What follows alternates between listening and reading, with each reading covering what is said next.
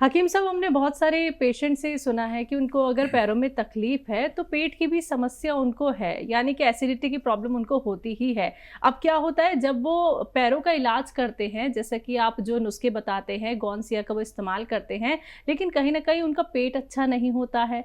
तो क्या हमें दर्द से निजात पाने के साथ साथ पेट को भी दुरुस्त करना बेहद जरूरी है?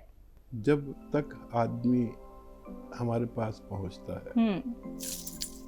तो वो इतनी दवाएं खाकर आता है जी।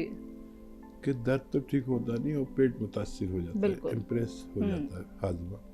हम कोई भी मामूली दवा भी खाते हैं अगर, तो वो हमारे पेट को, हमारी किडनी को, हमारे लीवर को मामूली सा नुकसान पहुंचा कर जाती है। और वो साल हर साल, महीनों, दशक तक दवाएं खाकर आ रहा है तो पेट तो उसका इम्प्रेस हो गई। लेकिन यूनानी ऐसा तरीका इलाज है, इलाज का तरीका जो है, तो ये पेट को दुरुस्त करते हुए हमको फ़ायदा पहुंचाता है। ये यूनानी की एक ख़ास बात है कि जैसे मैंने कहा गौनसिया खा लो और धनिया के साथ खा लो, तो ये धनिया हमारे पेट को अच्छा करता है और गौनसिया हमारे जोड़ों को अच्छा करता है। अगर मैं कहता हूँ कि सौंफ, सौंठ, जीरा, अजवाइन, धनिया, मेथी, ये 6 चीज़ें पाउडर बना लो हम वज़न लेकर, और इसके साथ गौनसिया खा लो, तो ये पेट, लीवर, एसिडिटी, कब्ज, बवासीर, इन सब को ठीक करता हुआ हमारे जोड़ों के दर्द को अच्छा करता है। तो ये जो मैं बताता हूँ ना कि फला दवा लो, तो वो एक दवा आपके रोग को अच्छा करती है, लेकिन मैं कहता हूँ उसके साथ वो चीज़ें लो, तो वो सब पेट को अच्छा करते हुए। अगर मुझे लगेगा कि लीवर में परेशानी है तो मैं कहूँगा कि नमक ज़ैतून ले लो। अगर मुझे लगेगा किडनी में परेशानी है तो मैं कहूँगा अलसी और नमक ज़ैतून साथ में लो। तो मेरे दिमाग में वो रहता है कि जो आप बोल रहे हैं, और उसके हिसाब से मैं उसी वक्त उसका तजवीज़ करता हूँ, इंतखाब करता हूँ, उसी वक्त बनाता हूँ और आपको बता देता हूँ। आप ये सोचते रह जाते हैं कि इसने तो वही चीज़ बोली जो हमारे किचन में पहले से ही मौजूद है, वो तो हम खाते हैं, लेकिन वो ज़रा सी चीज़ पूरा परिवार खाता है। और मैं जो क्वांटिटी बताता हूँ वो एक हकीमों और वैद्यों की क्वांटिटी है जो दवा के रूप में काम करती है, और जो आप खाते हैं वो ग़िज़ा के रूप में काम करती है। वही चीज़ें हैं, कुछ चीज़ें बाज़ार से लेनी पड़ती है। आपका दवाखाना हमारा, आपका किचन हमारा दवाखाना इसीलिए कहलाता है। कृष्णा जी, स्वागत है आपका। कमर दर्द होता है, पेट नहीं साफ होता है और पेट फूला फूला रहता है। कमर दर्द के लिए आप लीजिए गौनसिया, काला गौन भी कहते हैं इसे। काला गौन असली लेना है, बस आधा ग्राम। नाश्ते के बाद आधा ग्राम एक चम्मच में मलाई निकालो और उसमें ऐसे मिला दो, क्योंकि गम है, चिपकता है। ऐसे डायरेक्ट खाने से मुंह में चिपक जाता है और कड़वा बहुत होता है। असली लेना ज़रूरी है। नाश्ते के बाद खाएं और रात को खाने के बाद खाएं। पानी पी लें बाद में, या कम चर्बी का दूध पी लें। ये 2 बार लेना है। कमर में दर्द हो, नसों में दर्द हो, पिंडलियों में दर्द हो, घुटनों में दर्द हो, पैरों में दर्द हो, मोंढों में दर्द हो, नसों में दर्द हो, सब के लिए मैंने इससे अच्छा नुस्खा अपने जीवन में नहीं देखा। ये एक रॉ मटेरियल है, कच्ची दवा है, गोंद है एक पेड़ का, जो असली मिलना ज़रूरी है। दुकानदार नकली बहुत दे रहे हैं। 15-16 रुपए का आ जाता है 1 ग्राम। एक दिन में आधा आधा ग्राम करके 2 बार खाना है। पेट के लिए कोई भी दवा ले लें आप, मैं तो पेट के लिए भी नुस्खा बता देता हूँ जो पेट का सिस्टम अच्छा करे। सौंफ, सौंठ, जीरा, अजवाइन, धनिया, मेथी, 6 चीज़ें किचन की चीज़ें। मेथी का दाना, फिर एक बार बोलता हूँ, आप लिख लीजिए। सौंफ, सौंठ, जीरा, अजवाइन, धनिया, मेथी, 6 चीज़ें 100-100 ग्राम लेके पाउडर बना के रख लें। और एक आता है नमक ज़ैतून। नमक ज़ैतून अलग से ख़रीद के रखें 50-100 ग्राम।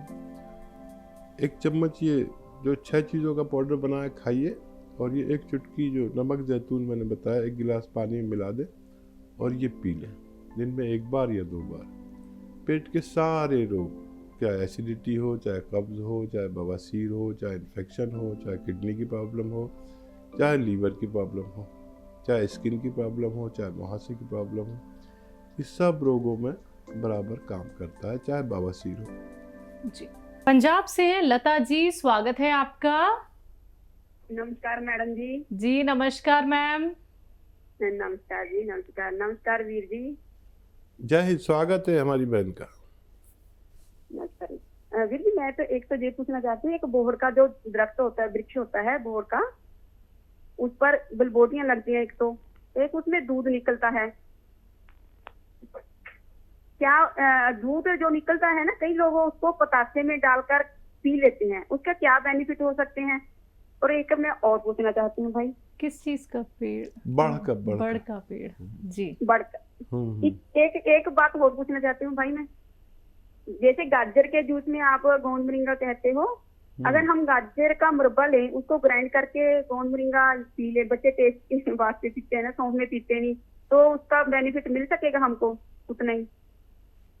मैं उलझ गया, दोबारा से बताइए। जी, गाजर का मुरब्बा? हाँ जी, गाजर का मुरब्बा होता है ना, उसको हम ग्राइंड करके जूस बना सकते हैं। उसमें गोंद मोरिंगा डालकर बच्चों को निकाह के लिए देते हैं, तो सही हम है। दे सकते हैं? जी जी, दे सकते हैं। वो मेरे सामने नया एक नुस्खा आया जिसके बारे में मैंने कभी सोचा नहीं, लेकिन गाजर अपने असरात उसमें रखती है, और उसको किसी भी फल को महफूज करने के लिए, सुरक्षित करने के लिए उसको मुरब्बे की शक्ल दे दी जाती है, जो उसको उबाल कर हल्का सा चाशनी में डाल दो तो वो मुरब्बा बन जाता है। तो आप ये इस्तेमाल कर सकते हैं, लेकिन मेरे सामने पहली बार ये बात आई है। और कोई सवाल हमारी बहन का? बड़ का पेड़। हाँ, बड़ का पेड़। हाँ देखिए, बड़ का पेड़ बहुत कीमती होता है, और ये एक ऐसा कीमती पेड़ है कि जितने भी पेड़ हैं वो ज़्यादातर ऑक्सीजन निकालते हैं और कार्बन डाइऑक्साइड यानी कबूल करते हैं, खाते हैं, एब्जॉर्ब करते हैं। लेकिन ये बड़ का पेड़ ऐसा है जो ऑक्सीजन निकालता ही रहता है, दिन में भी और रात में भी 24 घंटे ऑक्सीजन निकालता है। अच्छा, ये कभी पतझड़ नहीं होता, इस पर बहार ही रहती है, पत्ते रहते ही रहते हैं, ठंडक रहती है। तो पेड़ क्या करते हैं कि ऑक्सीजन लेंगे, ऑक्सीजन निकालेंगे और कार्बन डाइऑक्साइड लेंगे, दिन में लेते हैं। गंदी गैस जो हमारे मुंह से निकलती है ना, सांस, ये कार्बन डाइऑक्साइड है, ये वो खाते हैं, यानी कबूल करते हैं, एब्जॉर्ब करते हैं, उससे वो पेड़ बड़े होते हैं। लेकिन हमें देते हैं ऑक्सीजन, जो हम सांस लेते हैं ये वो हमें देते हैं, ऑक्सीजन बनाते हैं बहुत तेज़ी से। ये कभी बूढ़ा नहीं होता, इसकी उम्र पता नहीं कितनी होगी, कोई 100 साल से में देखते हैं, तो कोई 70 साल से कोई देख रहा है, कोई 60 साल से देख रहा है, और उसके माँ बाप भी देखते आए, वो पेड़ वैसा का वैसा खड़ा हुआ है, और जितने दिन हो जाते हैं इतना ही मजबूत होता जाता है। ऊपर से ऐसे जटाएं आती हैं और वो फिर ज़मीन में बढ़ जाती है, और फिर उपज के फिर निकलने लगती हैं, फिर उसकी जटाएं लटकी रहती हैं। तो इस पेड़ पर रिसर्च बहुत कम हो पाई है, लेकिन ये बताशे में डालकर देने से हमारे जिस्म में जो हिद्दत हो जाती है, गर्मी, उसके लिए इस्तेमाल होता है। अच्छा, बताशा इसलिए लेते हैं कि ज़्यादातर लोग तो बताशा जानते भी नहीं होंगे, आप तो जानती हैं कि उस पर इसके वो तोड़ो ना पत्ता या कुछ, तो उसमें से एक कतरा दूध निकलता है और उसमें डाल लेते हैं, फिर दूसरा पत्ता तोड़ा, उसमें से दूध डाल दिया।